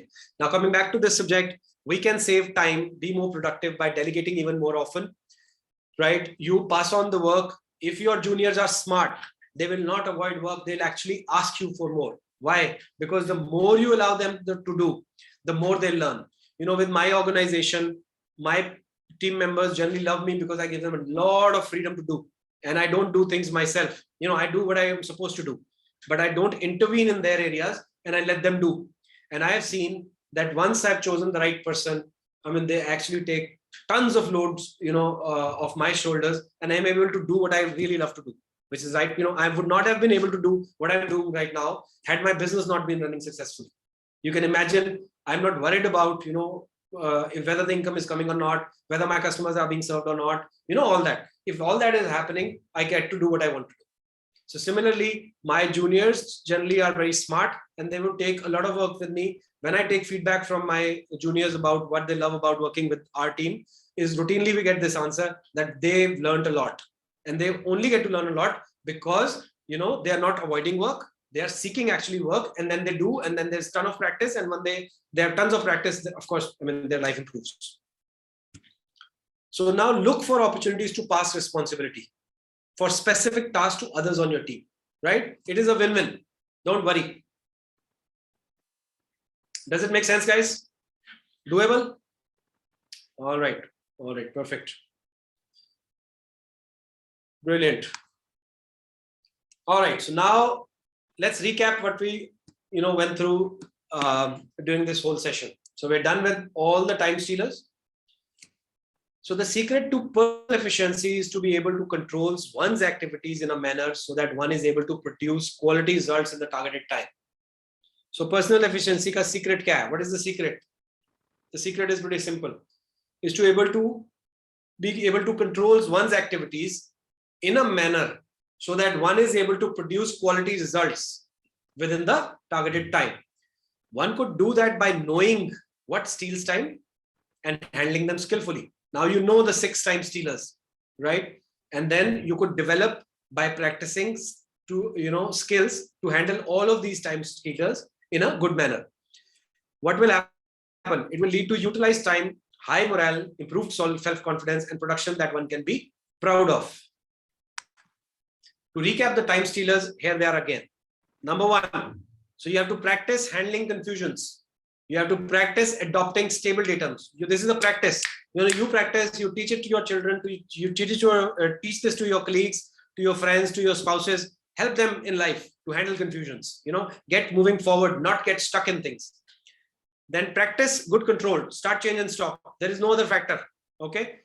Practice this with your children, right? Practice this with your colleagues. Practice this with your seniors. Practice this with your juniors, right? Start, change, and stop. Do not solve problems that belong to others. Instead, help them solve them on their own. Handle interruptions effectively, particularly self-induced ones. Learn more about effective communication and practice. Use the communication formula. Make sure what you are saying is being duplicated. Make sure you are duplicating what others want to say. And then practice planning and execution. So your to-do list, all the tasks there in our 1 or 2 list in one place, and practice putting them into your calendar. Practice putting them into your calendar. Will you be perfect on day 1? I don't know, but I can talk for myself. I'm not perfect in this, but do I do this? Yeah, I do this. I continue to do this. So I improve my skill every day. So, all right, guys, that is all about from my side. Now it is time for question and answers. Please feel free to ask whatever you want to ask. I hope this was of some value.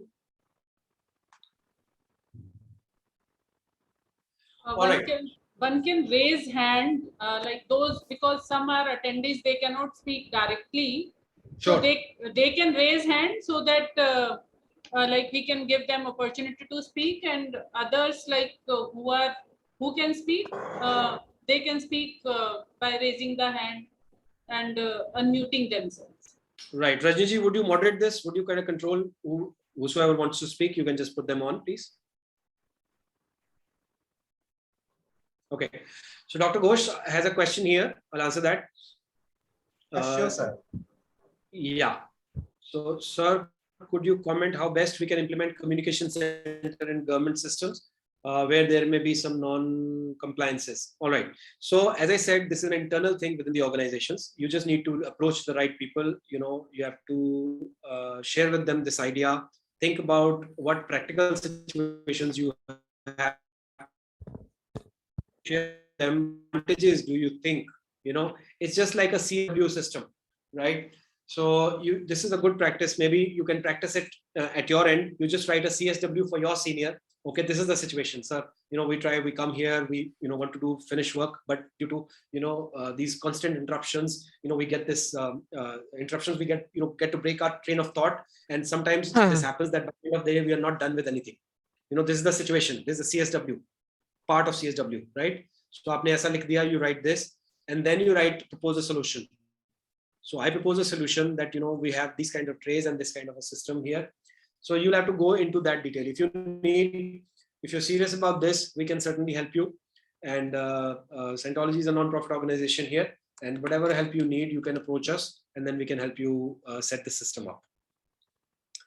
I hope that's okay, Mr. Kush. All right. And thank you so much, Subhashan ji. Thank you, Neetu ji. Thank you, Dr. Sivakumar. Can I ask Thank a you, question? Dr. Absolutely. Yes. So one thing is about this CSW. Now, I have this attitudes at times, like I go to my director that I would like to be excused from this task or the work. Right. Because I have my own some deadlines of writing research paper or this. Sure. Now, like, no one wants to take others' work. Right. So, it is like very at times, I don't want to recommend someone that he will do this work. I want the director to find out, it is her task to find out whom she wants to delegate my work. This attitude which I'm having could be wrong. So, just we face at times such, thoughts, and I'm being very honest with you. So one is I should change my attitude and have a very humble or very cordial environment with my colleagues, so that they support me whenever I require something. That was the first question. So is it my question clear? Your question is absolutely clear. Thank you for being so candid. It takes courage. Thank you so much for doing that. And I think you answered yourself also. Okay. My second part was my answer. That was correct.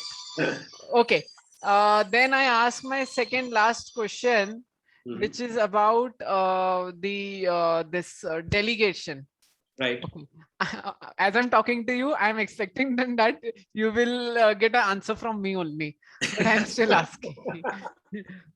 Absolutely. Yeah, but so I just want to point out I'm just pointing out your intelligence. Okay. A person can need some data, sure, but I have seen brilliant intelligence in people. People know. You will all have your answer also. All you need is a certain assistance. Okay. One confusion which I had is that about delegation. Like suppose in research work we need to whatever the research processes are there.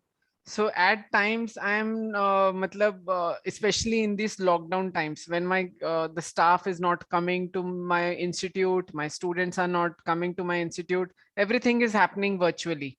So at times Varun Miglani thinks that to delegate, make him understand, and then cross check, that will take more of my efforts. Let me do it myself. Right. So that time I have some dilemmas about, especially when it comes to some technical work, maybe some research technical work.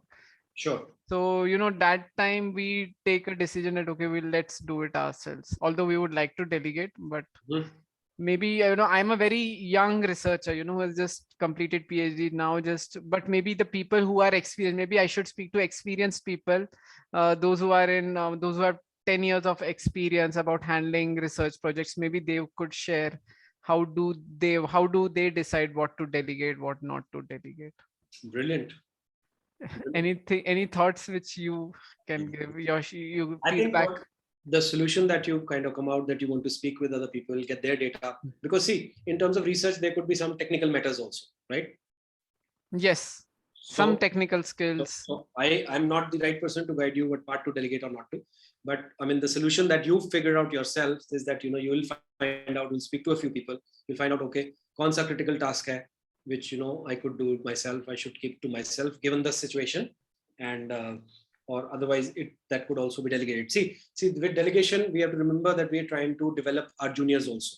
That's an opportunity to free up time for ourselves and delegate them work.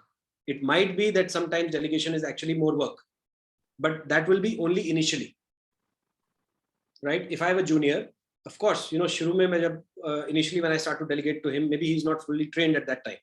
It will take some time, but after a while, he'll start to save me time. So that's a return on investment. So I have to think that way. Yeah. Or I could, if it is a technical matter, if it's like something very critical that I cannot delegate and this like absolutely has to be spot on and then I have to do it myself, then that's your call. Thank you, sir. Does that make sense? No, thank you. Okay. Anyone else? So, all right, G. I think we have all the persons' questions answered. It was really a brilliant session. Like, you have given us good time stealers, which we can take with us and practice them daily. So I have great thanks to you from bottom of my heart that you have agreed in spite of your busy schedule and all. I'm thankful to Mr. Johnson also from Institute of Scientology, who has introduced me to you, and with his support, with support of this Institute of Scientology, and with support from our director, council, government, like who has promoted us to organize such kind of seminars. So really thankful to all of you, to Mr. Satinder Chawla, on behalf of NIAP family, on behalf of all the participants, on behalf of Director NIAP, and on my personal behalf, a big thank you to you, sir, for spending 2 complete hours and speaking non-stop without any break. So that itself is commendable. And scientists, they require communication all the time to communicate their research, their findings to the world, and also while doing their own projects. So it is really awesome, like listening to you and getting some skills from you in terms of time management, in terms of people work, in terms of completing the work. So it's really great. Thank you very much. Thank you all of you for being with us on this afternoon and sharing this pleasant experience of listening to him and asking lots of questions. If you have more questions, I'm sure he will be happy to get back to you. So you can leave your emails in the chat box so that they can be shared with him and he can be back to you. So thank you very much. Thank you one and all. Thanks a lot. Thank you, Ranjuji. Thank you, everybody. Thank you. I really enjoyed this session myself.